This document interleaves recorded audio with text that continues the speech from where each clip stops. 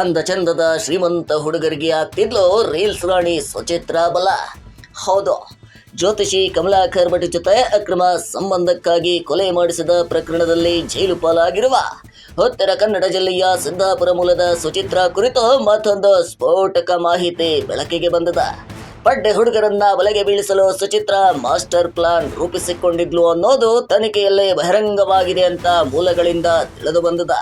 ಮದುವೆ ಪ್ರಮಾಣ ಪತ್ರದ ಪ್ರಕಾರ ಸುಚಿತ್ರಾಳ ನಿಜವಾದ ಅಸಲಿ ಹೆಸರು ಸುರೇಖಾ. ಆದರೆ ಯುವಕರನ್ನ ಸೆಳೆಯೋದಕ್ಕೆ ಸಾಮಾಜಿಕ ಜಾಲತಾಣಗಳಲ್ಲಿ ತನ್ನ ಹೆಸರನ್ನೇ ಬದಲಿಸಿ ಸುಚಿತ್ರಾ ಅಂತ ಪರಿಚಯಿಸಿಕೊಳ್ತಿದ್ಲು ಈ ನೌಟಂಕಿ ಸುರೇಖಾ ಅಲಿಯಾಸ್ ಸುಚಿತ್ರಾ. ಒಂದೇ ಸಾರಿ ಹುಟ್ಟು, ಒಂದೇ ಸಾರಿ ಪ್ರೀತಿ, ಒಂದೇ ಸಾವು ನಂಗೆ ಕೇಳಿ.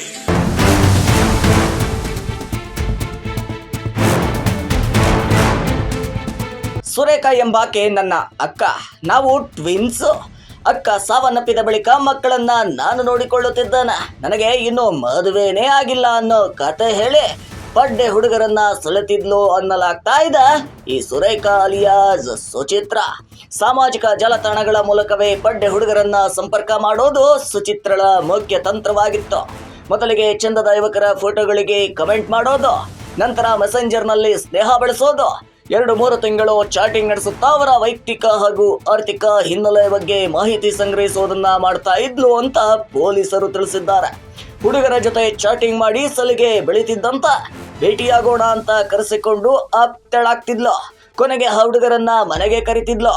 ಈ ರೀತಿ ಹಲವರನ್ನು ತನ್ನ ಬಲೆಗೆ ಬೀಳಿಸೋದಕ್ಕೆ ಸುಚಿತ್ರಾ ಮಾಸ್ಟರ್ ಪ್ಲಾನ್ ಮಾಡಿಕೊಂಡಿದ್ದಾಳೆ ಅನ್ನೋದು ತನಿಖೆಯಲ್ಲಿ ತಿಳಿದು ಬಂದಿರುವುದಾಗಿ ಪೊಲೀಸ್ ಮೂಲಗಳು ತಿಳಿಸಿವೆ. ನಂಗೂ ಪ್ರೀತಿ ಮಾಡೋ ಆಸೆ ಬಂತು.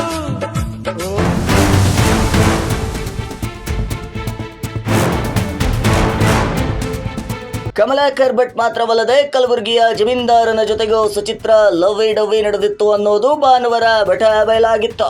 ಸುಚಿತ್ರಾ ಮೊಬೈಲ್ ಫೋನ್ ಪರಿಶೀಲನೆಗೆ ಒಳಪಡಿಸಿದ ಪೊಲೀಸರಿಗೆ ಹಲವು ಸ್ಫೋಟಕ ಮಾಹಿತಿಗಳು ತಿಳಿದು ಬಂದಿದ್ವು.